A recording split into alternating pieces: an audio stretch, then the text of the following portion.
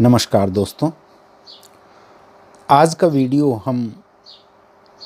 Divorce petition file करने से पहले की तैयारियों के बारे में बना रहे हैं। आमतौर पर डाइवोर्स का ख्याल मन में तभी आता है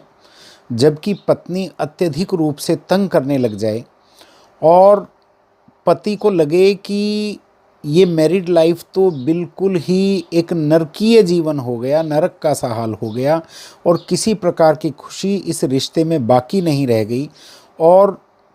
ऐसा उसे लगने लग जाए कि अब तो कोई उपाय ही नहीं बचा। परंतु एक बात विचार करने की है कि यदि मान लीजिए आपके हाथ में चोट लग जाए तो क्या आप पूरे हाथ को काट कर फेंक देंगे या कि उस चोट का उपचार करने का प्रयास करेंगे। आज का हमारा वीडियो दोनों चीज़ों के लिए है कि यदि उपचार करने की संभावना बाकी हो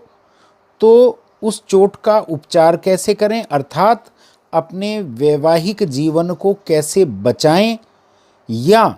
अगर वो चोट लाइलाज हो जाए, उसका इलाज संभव ही ना हो, तो फिर किस प्रकार की तैयारियां करें ताकि आपको आसानी से जल्दी से डाइवोर्स की डिग्री मिल जाए। तो आइए हम इस बात पर चर्चा करते हैं। जो पहला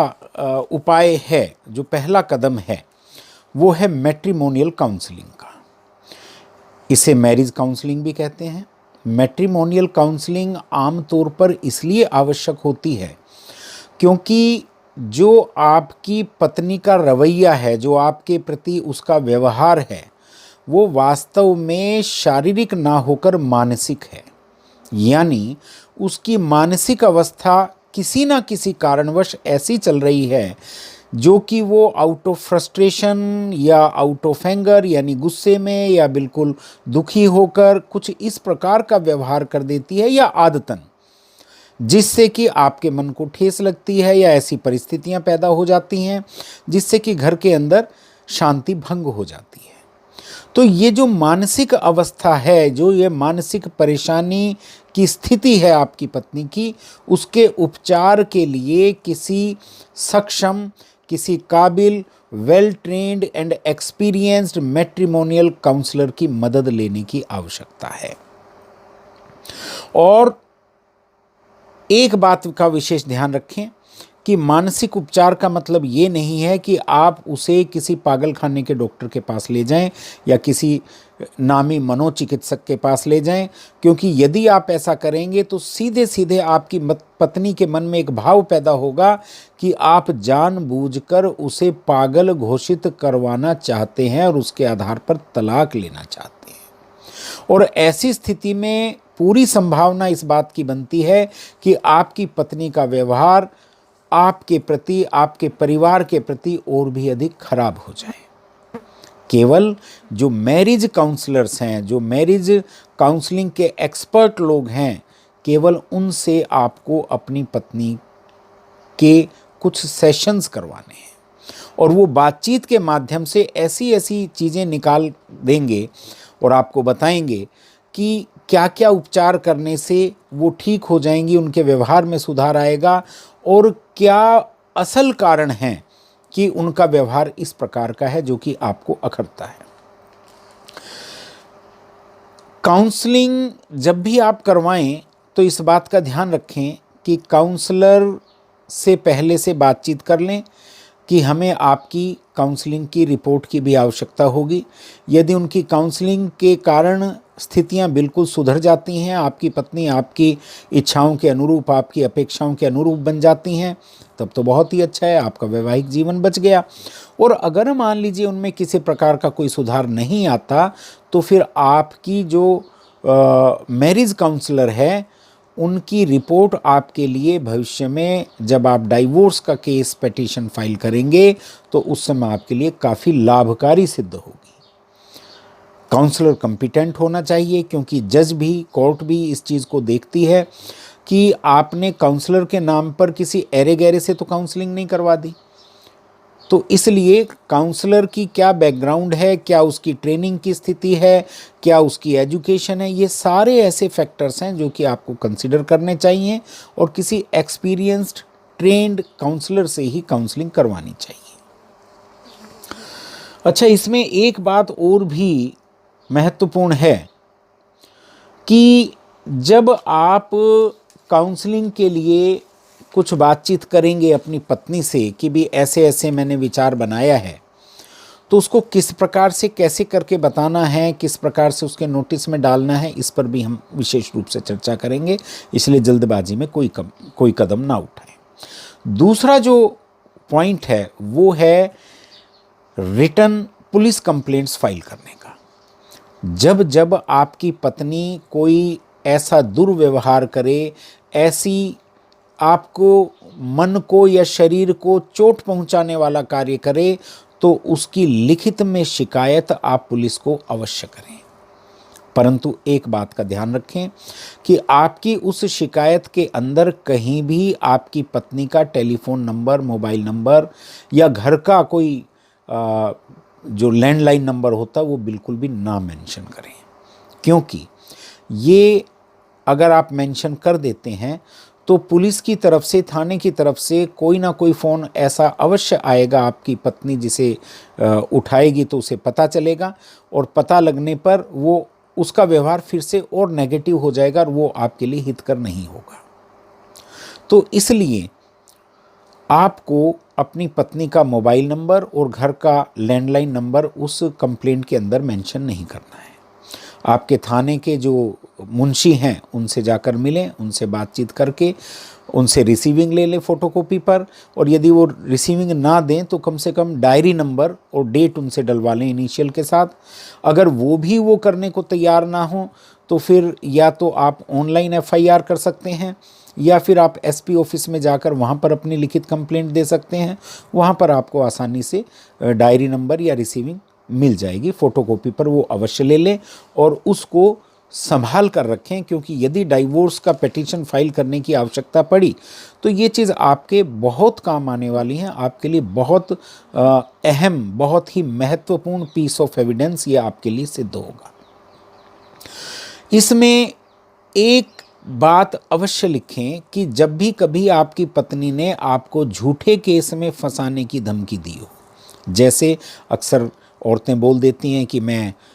सुसाइडल नोट लिख दूंगी आपके खिलाफ और उसके बाद मैं सुसाइड कर लूँगी तो आप फंस जाओगे, या मैं आपको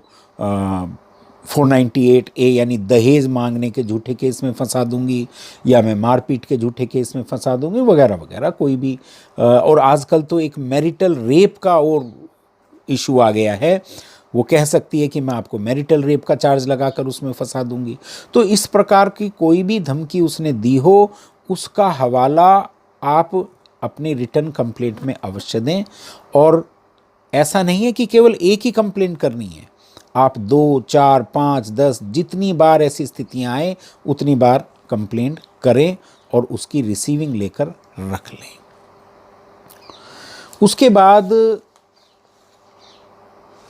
एक बात और ध्यान रखने की है, वो ये कि पुलिस कंप्लेंट करने के बाद, क्योंकि आपका मोबाइल नंबर तो उसमें होगा, तो पुलिस आपको संपर्क करेगी जब पत्नी से संपर्क नहीं हो पाएगा। तो उस समय ये ध्यान रखें कि कुछ भी ऐसा ना कहें, ना करें कि उस कंप्लेंट पर आगे कोई कार्रवाई हो, क्योंकि कार्रवाई होगी तो पत्नी को बुलाया जाएगा, पत्नी को बुलाया जाएगा तो पत्नी को पता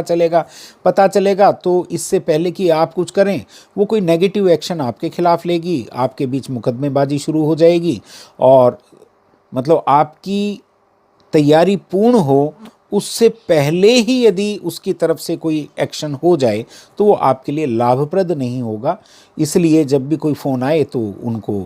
एक प्रॉपर एक्सक्यूज़ के साथ, रिक्वेस्ट के साथ मना कर दें कि भाई कह दें या तो कि भाई आपका राजीनामा हो गया है, या अब आप उस मैटर को परस्यू नहीं करना चाहते, या आप एक मौका देना चाहते हैं, हो सकता है उसके अंदर सुधार आ जाए। इस प्रकार की कोई भी बात बताकर आप मतलब कोशिश करें कि उस कंप्लेंट पर आगे कोई कार्रवाई किसी प्रकार की ना हो, बस आपके पास उसकी रिसीविंग रहे, ये ध्यान रखें। अब मान लीजिए परिस्थितियां ऐसी बन जाएं कि आपने ये क्रिमिनल कंप्लेंट्स भी कर दी, आपने मैट्रिमोनियल काउंसलिंग के लिए भी अपना मन बना लिया, तो मैट्रिमोनियल काउंसलिंग भी कामयाब तो तभी होगी ना जबकि आपकी पत्नी भी इसके लिए तैयार हो, एटलीस्ट आपकी जो काउंसलर है उसके साथ बातचीत करने को तैयार हो। तो इसके लिए आप उन्हें एक नोटिस भेजें। इसको हम, क्योंकि 2 बार नोटिस के बारे में मैं बात करूंगा, इस नोटिस का हम नाम रख लेते हैं नोटिस ए या नोटिस 1, पहला नोटिस, जो भी आप उचित समझें। इस नोटिस में बेसिकली आपको क्या करना है, आपको ये लिखना है कि हमारे बीच अब तक जो भी जिस प्रकार का भी मनमुटाव हुआ उसमें भले ही आपकी गलती रही हो, परंतु मैं उन सभी गलतियों को नज़रअंदाज करते हुए मैं ये चाहता हूँ कि हमारा विवाह बना रहे, और क्योंकि मैं आपको बहुत प्रेम करता हूँ इसलिए मैं चाहता हूँ कि आप वापस आएं और वापस आकर जो हमारे बीच की मिसअंडरस्टैंडिंग्स हैं उन सभी को दूर करने में कोऑपरेट करें, जिसके लिए मुझे किसी ने बताया है कि मैरिज काउंसलर की या मैट्रिमोनियल काउंसलर की मदद से इस प्रकार के कार्य बड़े आसान हो जाते हैं और सुगमता से वैवाहिक जीवन फिर से पुनर्स्थापित हो जाता है। इसलिए आप मैट्रिमोनियल काउंसलिंग के लिए कब तैयार होंगी, कौन सा समय आपके लिए कंफर्टेबल होगा, उसके बारे में कृपया बताएं, ताकि मैं मैट्रिमोनियल काउंसलर को अपॉइंट करके और जितने भी सेशंस की आवश्यकता हो उसके लिए मैं उनसे समय ले लूं। इस आशय का एक नोटिस जो कि आप स्वयं भी ड्राफ्ट करके भेज सकते हैं वो आपको भेजना है, और जो आपने नोटिस भेजा उसका रिकॉर्ड अवश्य रखना है। रिकॉर्ड में 3 चीज़ें होंगी। पहली चीज़ कि आपने क्या भेजा, यानी कॉपी ऑफ दैट नोटिस। दूसरा कि आपने भेजा है इस बात का सबूत, यानी अगर आपने स्पीड पोस्ट या रजिस्टर्ड पोस्ट से भेजा है तो पोस्टल रिसीट, यदि आपने ईमेल भी किया है तो ईमेल का प्रिंट आउट निकाल कर रख लीजिए, वो अपने आप में पर्याप्त प्रूफ होता है। और तीसरी चीज़ कि आपने जो चीज़ भेजी है क्या आपकी पत्नी ने उसे प्राप्त कर लिया है, यानी इस बात का भी सबूत आवश्यक है कि आपकी पत्नी ने उसे प्राप्त किया हो। उसके लिए अगर आपने रजिस्टर्ड या स्पीड पोस्ट से भेजा है तो उस अवस्था में तो आप नेट से, इंटरनेट से वो डाउनलोड कर सकते हैं डिलीवरी रिपोर्ट, और ईमेल की डिलीवरी रिपोर्ट आपको ईमेल से ही प्राप्त हो जाएगी, गूगल से प्राप्त हो जाएगी, तो आप वहाँ से उसको निकाल लें। इस प्रकार से आपके पास आपके द्वारा भेजे गए नोटिस का पर्याप्त सबूत होना चाहिए। अब यदि मान लीजिए आप ये निर्धारित करें कि आपको स्वयं को ही ये नोटिस ड्राफ्ट करना है और आप वकील का इस बारे में खर्च उठाने में सक्षम ना हो, तो मैं आपको प्रमुख बातें बता देता हूं कि वो नोटिस आपको कैसे ड्राफ्ट करना है और उसमें क्या क्या चीज़ें आपको लिखनी है। बहुत ज़्यादा नहीं है, मात्र 6 चीज़ें हैं, एक एक करके बताता हूँ। पहली बात कि आपकी मैरिड लाइफ में चल रही परेशानी का हवाला आपको संक्षेप में देना है। इंसिडेंट्स की डिटेल्स नहीं देनी, ये ध्यान रहे, किसी भी इंसिडेंट की डिटेल नहीं देनी, बिल्कुल संक्षेप में कि हमारे बीच जो भी, जैसे मैंने अभी पूर्व में बताया था। दूसरा कि आपकी दोनों की जो आपसी बातचीत, आपके बीच की मिसअंडरस्टैंडिंग को सोल्व करने के लिए आपने जब जब की वो सभी असफल हो चुकी हैं और उससे कोई समस्या का समाधान आप लोगों के बीच नहीं हो पाया।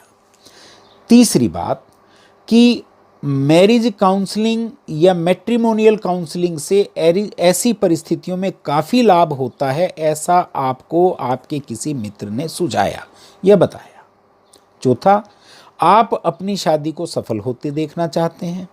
और आप अपनी पत्नी को बहुत प्रेम करते हैं, इसलिए मैट्रिमोनियल काउंसलिंग के उपाय को आप आजमाना चाहते हैं। पांचवी बात, आप किसी एक्सपर्ट मैट्रिमोनियल काउंसलर से कुछ सेशंस लेना चाहते हैं ताकि आप दोनों के बीच की समस्याएं खत्म करने में वो आप दोनों की मदद कर सके, यानी आपका आशय स्पष्ट हो जाए। और छठी बात, उसमें आपको अंततः रिक्वेस्ट करनी है कि पत्नी मैट्रिमोनियल काउंसलिंग के लिए मान जाए और कंफर्टेबल टाइम्स आपको बता दे जिसके लिए कि आपको पूछना है। अगर वो फेस टू फेस ना मिलना चाहे तो कम से कम वर्चुअल मीटिंग के लिए तैयार हो जाए, जो कि जूम ऐप के माध्यम से या अन्य दूसरे जो साधन है इसके, जैसे कि मीट है या गूगल मीट, इस प्रकार के जो भी ऐप्स हैं उनके माध्यम से आप वर्चुअल मीटिंग भी करवा सकते हैं। और उसके लिए भी रिक्वेस्ट कर सकते हैं कि यदि फेस टू फेस वो आने के लिए तैयार ना हो फिजिकली, तो फिर वो वर्चुअल मीटिंग के लिए तैयार हो जाए, जिसमें आप स्वयं, आपकी पत्नी और वो मैट्रिमोनियल काउंसलर, और चाहें तो एक लीगल काउंसलर भी आप उसमें रख सकते हैं। इस प्रकार से 3-4 का एक वर्चुअल मीटिंग आप स्थापित करके सेशन ले सकते हैं। इस आशय का नोटिस आपको अपनी पत्नी को भेजना है और उसका रिकॉर्ड रखना है। रिकॉर्ड कैसे रखना है वो बता दिया, और ये रिकॉर्ड भी आपके लिए काफ़ी लाभप्रद आपके डाइवोर्स पिटीशन के दौरान रहने वाला है। अगला पॉइंट पर मैं जाऊं उससे पहले एक बात और हो सकती है कि हो सकता है आपकी पत्नी आपसे काउंसलर का नाम पूछे, उसका कॉन्टैक्ट डिटेल्स पूछे, तो उसे कोई भी चीज़ बताने से पहले केवल इतना बताएं कि मैं किसी एक्सपर्ट को ही हायर करूंगा। यदि आपकी नॉलेज में कोई एक्सपर्ट हो तो वो बता दें, नहीं तो मैं इधर उधर से पता करके और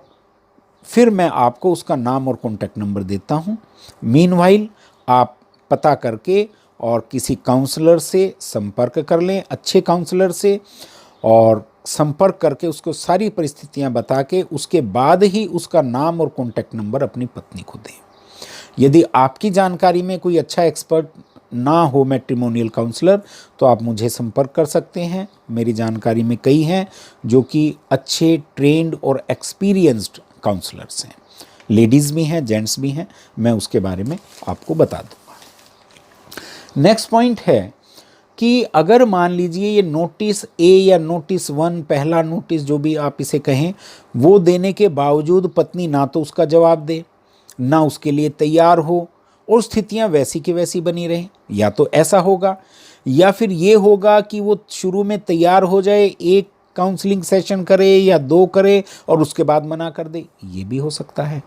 क्योंकि अगर गलती पत्नी की है तो मैट्रिमोनियल काउंसलर भी उसे पॉइंट आउट अवश्य करेगा कि आपकी यहाँ गलती रही और उसको इस प्रकार से आप सुधार कीजिए। और अधिकांश केसेस में ऐसा होता है कि पत्नी का ईगो बीच में आ जाता है और वो अपनी गलतियों को स्वीकार नहीं करती और फिर सेशन को फेस नहीं करती।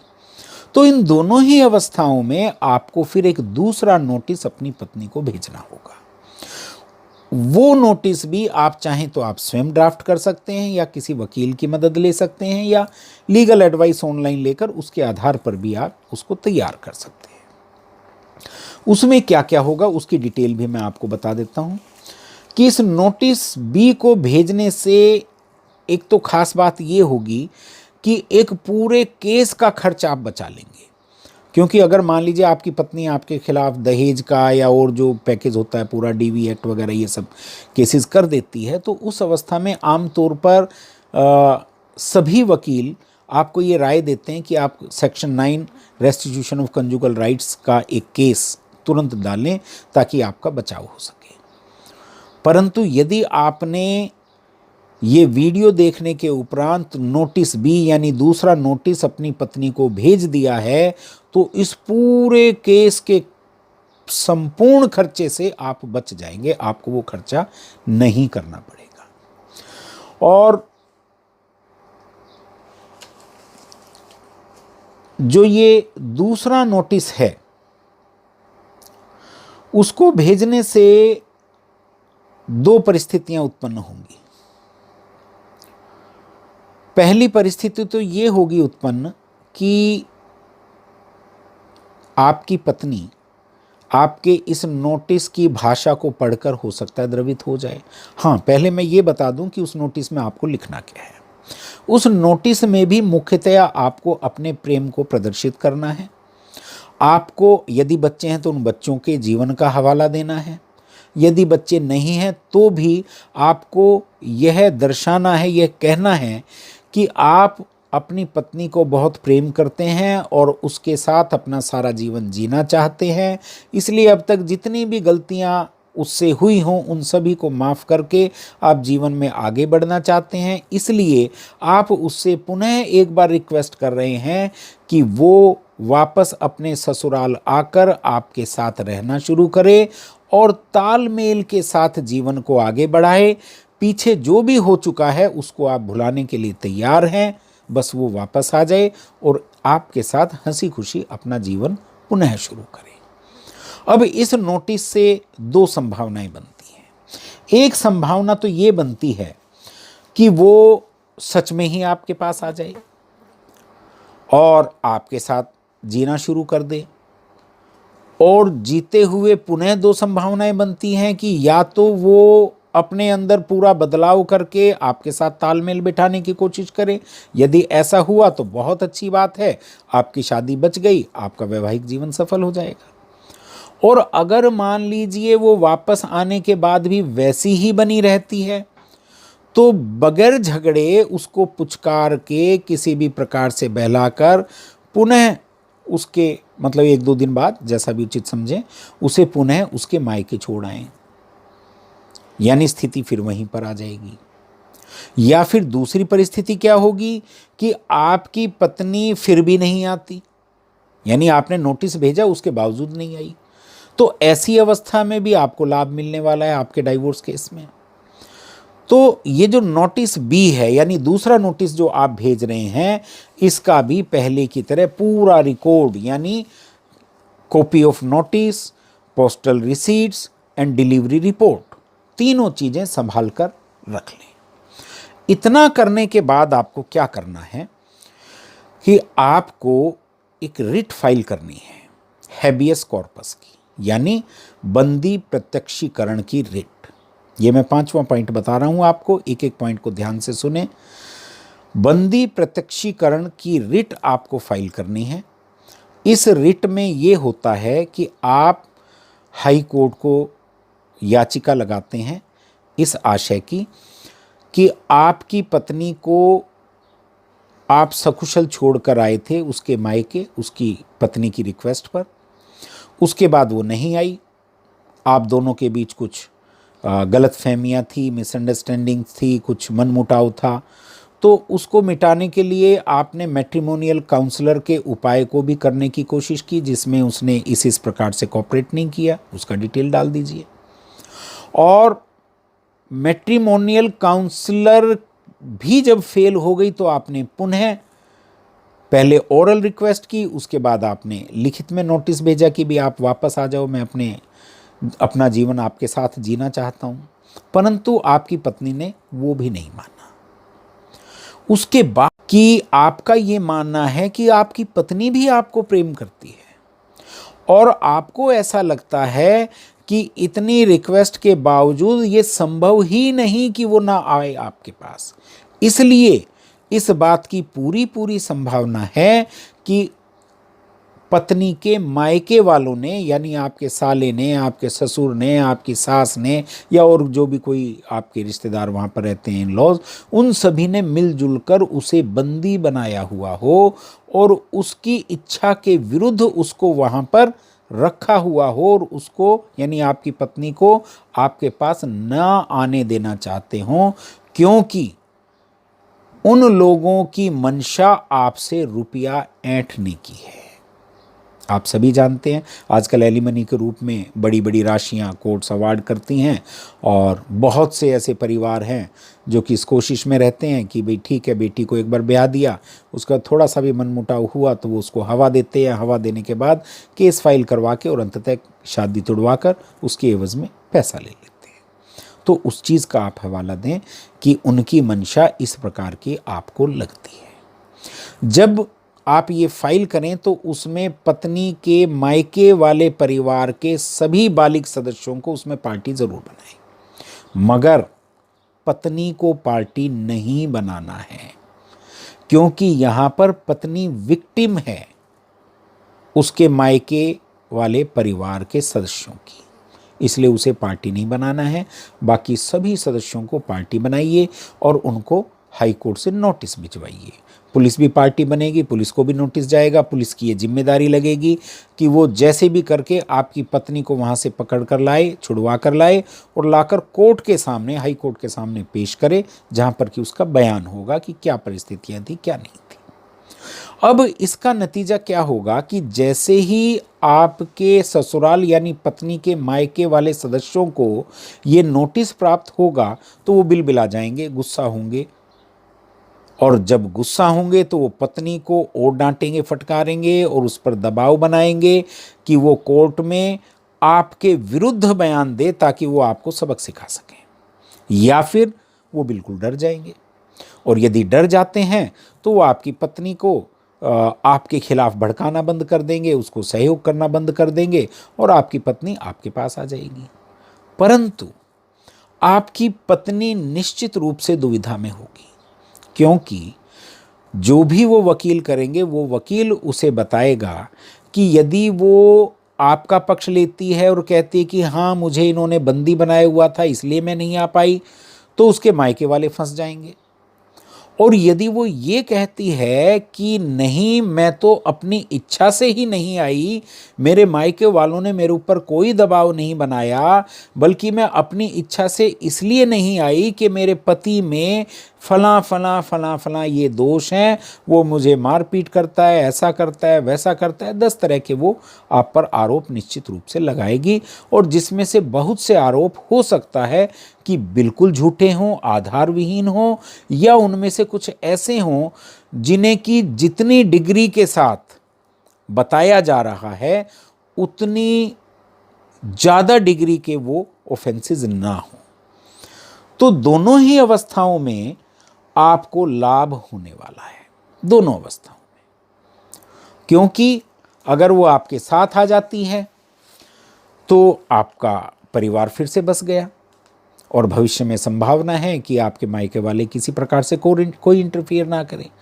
और यदि मान लीजिए उसने आप पर आक्षेप लगाया तो वो प्रोसीडिंग्स का हिस्सा बन जाएंगे, और उन कोर्ट प्रोसीडिंग्स की यानी अपने पत्नी के बयान की और ऑर्डर की कॉपी आप सर्टिफाइड कॉपी ले लें अपने वकील को कहकर और उसे संभाल कर रख लें। वो भी डाइवोर्स पिटीशन के दौरान आपको बहुत मदद करने वाली है।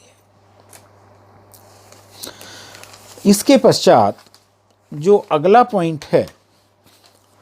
वो है एविडेंस प्लानिंग का। अक्सर एक गलती अधिकांश वकील कर देते हैं कि वो अपने क्लाइंट से सिर्फ इंसिडेंट्स को पूछते हैं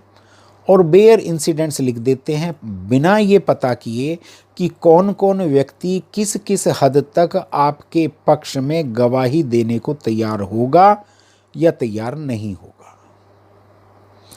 तो इस चीज़ की प्लानिंग करनी बेहद आवश्यक है ताकि पेटिशन उसी प्रकार से तैयार किया जा सके और उसमें सही गवाहों के नाम सही स्थान पर लिखे जा सकें, डेट्स के साथ लिखे जा सकें, परिस्थितियों को ठीक से बयान किया जा सके। क्योंकि यदि आप बगैर गवाह के नाम के और बगैर परिस्थितियों के और बिना डेट समय बताए अगर किसी इंसिडेंट को उसमें लिखवाएंगे